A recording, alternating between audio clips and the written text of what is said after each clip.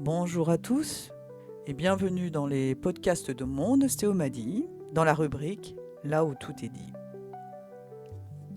Aujourd'hui, nous allons traiter un sujet qui touche pas mal de personnes, que ce soit des hommes ou des femmes.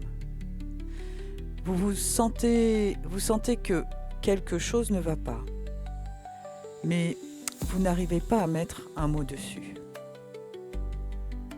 Si vous écoutez ce podcast, c'est peut-être que quelque chose cloche dans votre vie de couple. Vous ne sauriez pas dire quoi, mais vous sentez que ça ne tourne pas rond. Vous aimez ? Oui, mais vous êtes fatigué. Vous vivez à deux, mais vous vous sentez seul. Parfois vous souriez, mais à l'intérieur, vous vous éteignez un peu plus chaque jour.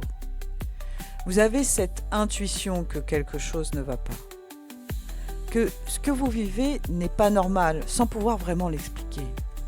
C'est comme si lentement, sans bruit, votre énergie, votre confiance, votre joie de vivre s'était mise à disparaître. On met du temps à s'en rendre compte. Et puis, il y a ses proches, ses amis ou des membres de votre famille, ceux qui vous connaissent depuis longtemps, qui vous regardent et vous disent « Tu as changé. Tu n'as plus la même lumière dans ton regard.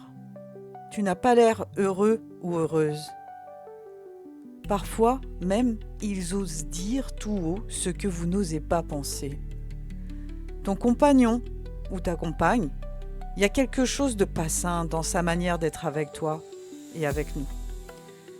Et souvent, on n'écoute pas. D'ailleurs, on est même fâché après les autres. Parce qu'on veut y croire. Parce qu'on pense que l'amour, c'est ça. C'est faire des efforts, comprendre, pardonner et patienter.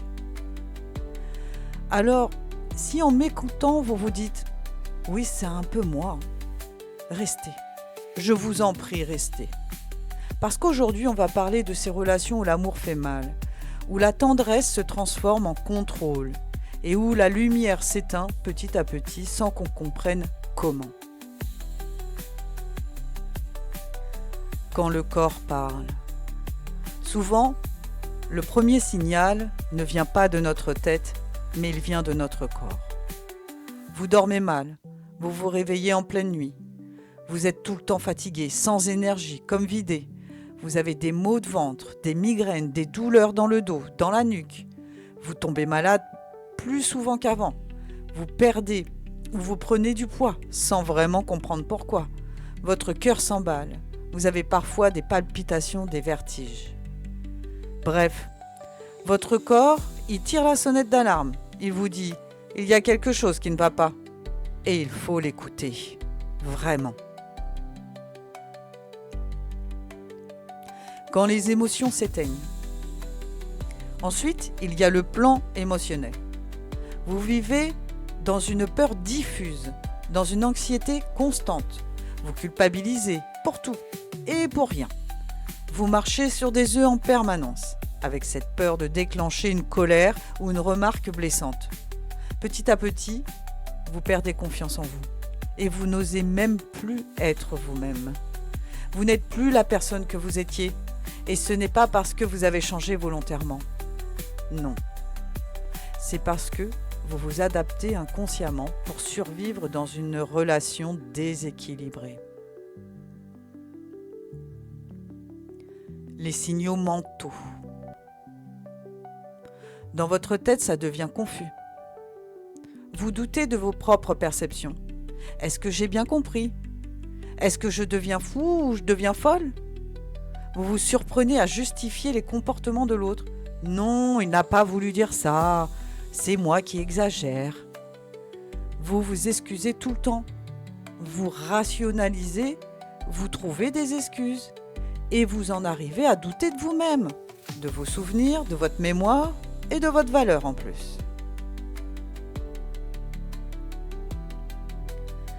Les comportements qui alertent. Votre quotidien change. Vous vous isolez de vos proches. Vous voyez moins vos amis, moins votre famille, Vous ne racontez plus ce que vous vivez. Vous cachez des choses pour éviter les conflits. Vous anticipez sans cesse les réactions de l'autre, comme si vous marchiez dans un champ de mines. Vous acceptez les limites que vous n'auriez jamais tolérées auparavant. Vous laissez passer les comportements qui vous blessent. Et parfois, quand vous vous regardez dans le miroir, vous ne vous reconnaissez plus. Et je peux même vous dire que vous voulez même plus vous voir. Le mécanisme de manipulation. Alors, comment est-ce possible ? Comment en arrive-t-on là ? Souvent, ça commence très bien. L'autre vous séduit, vous met sur un piédestal, vous êtes extraordinaire. Et puis, petit à petit, les critiques arrivent, les rabaissements. Un jour, vous êtes merveilleux ou merveilleuse. Le lendemain, vous êtes nul. Et c'est cette alternance, en fait, de séduction, d'humiliation, de compliments, de critiques, qui crée une dépendance. C'est un véritable ascenseur émotionnel. Petit à petit, vous perdez complètement vos repères. Sans même vous en rendre compte, vous êtes sous une emprise. Comment reconnaître l'emprise ? Si vous vous dites souvent « je ne suis plus moi-même », j'ai peur de dire ce que je pense. Vous vous rendez compte ? Vous avez peur d'exprimer quelque chose. Je n'ai plus le droit d'exister comme je suis. Je n'ai pas le droit de me mettre dans tel vêtement ou de vouloir me parfumer. Alors, il est fort possible que vous soyez dans une relation d'emprise psychologique. Mais alors, que faire ? Les premières étapes. La première chose, la toute première chose et très importante, c'est de parler. Parler à quelqu'un de confiance, un ami proche, quelqu'un qui vous connaît depuis longtemps, quelqu'un qui saura vous écouter sans vous juger. Et si ce n'est pas possible, alors tournez-vous vers une association spécialisée, des gens qui connaissent ces mécanismes, qui sauront vous écouter et vous guider. Ça vous permettra aussi, auprès de professionnels, de vérifier si vraiment vous vivez avec quelqu'un avec quelqu'un auprès de qui vous avez vous êtes en soumission totale. Vous pouvez aussi commencer par écrire. Vous pouvez tenir un petit journal, noter vos ressentis, vos souvenirs, vos émotions. Ça vous aidera à avoir un noir sur blanc ce que vous vivez et ça vous permettra de voir si que c'est réel et que c'est vraiment pas dans votre tête. Attention toutefois, que l'autre ne tombe pas sur votre journal. Oui. Reprenez contact avec ce qui vous nourrit, vos passions, vos amis, des activités qui vous reconnectent à vous-même. Et oui, il va falloir se bouger les fesses. Vous ne pouvez pas rester victime. Donc, ne devenez pas votre bourreau, mais plutôt votre sauveur. C'est un peu curieux comme concept, mais je vous le conseille fortement. Et si vous pouvez parler à un professionnel, un psychologue, un thérapeute, un groupe de parole, ça va vous permettre de libérer certaines choses en vous et peut-être aussi de sortir de ce mal-être. Vous n'êtes pas seul, vraiment pas seul. Et n'hésitez pas à en parler à vos proches. Vraiment, ça, j'insiste. Alors, pour finir, voici les ressources qu'il y a quand même en France quand on vit en fait avec une personne qui est malveillante avec nous. Alors, je n'osais pas le dire, mais je vais quand même le dire. On appelle ça les perverses narcissiques. Ça vaut, vous en avez chez les hommes, vous en avez chez les femmes, il n'y a pas de règle là-dessus.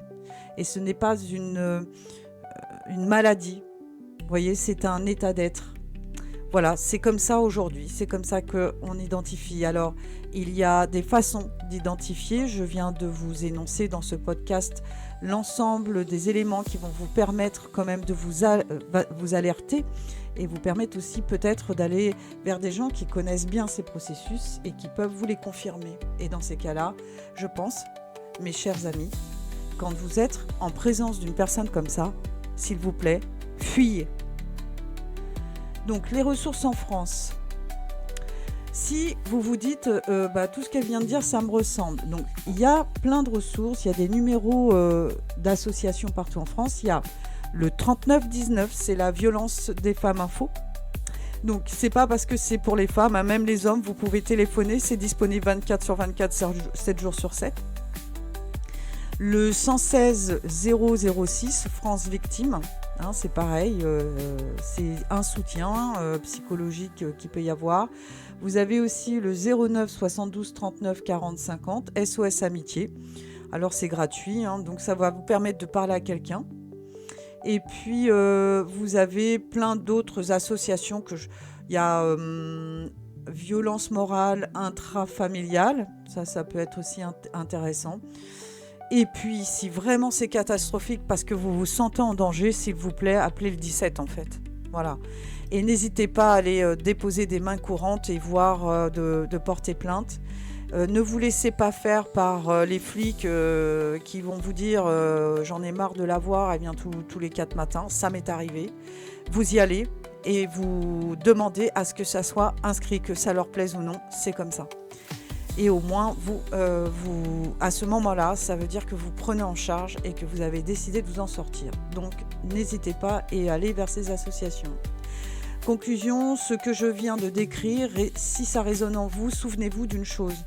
Vous n'êtes pas fou ou folle, vous n'êtes pas faible, vous êtes un être humain, comme tous les êtres humains. Vous avez une profonde nature exceptionnelle. Et vous êtes sous l'effet d'un mécanisme qui détruit. Mais il est totalement possible d'en sortir.